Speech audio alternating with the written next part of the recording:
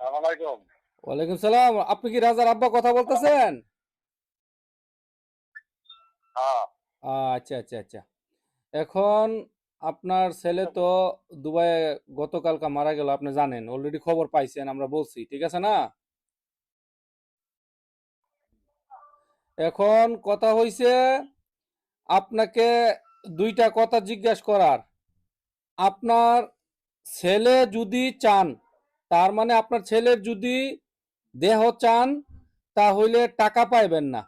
আর যদি বলেন যে আপনার ছেলের দরকার নাই, টাকার দরকার, তাহলে অনেক টাকা পাইবেন। এখন কথা বুঝছেন না? আবার কমু, বলেন।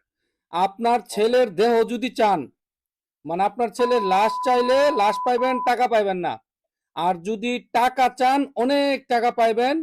আর আপনার ছেলে লাশ এই দেশও দাফন করে দিব। এখন আপনার কোনটা দরকার? আমি তো লাফিলাম। আচ্ছা, তো তাহলে আপনার লাশ দরকার, টাকা দরকার নাই নাকি? আমি বাসায় যাইতেছি, আমি সবার সাথে বুঝ করে যেতেছি। আচ্ছা আচ্ছা, আপনি সবার সাথে বুঝা তারপরে আমাদের জানান। আমি আবার আপনার কতক্ষণ পরে কল দিতাম? আধা ঘন্টা পরে না 1 ঘন্টা পরে? আধা ঘন্টা পরে দিয়ে। ওকে ওকে ওকে ওকে ওকে ওকে। আপনি কি কাউকে নাকি? জি জি জি জি জি জি হ্যালো ভাই। জি জি জি জি জি।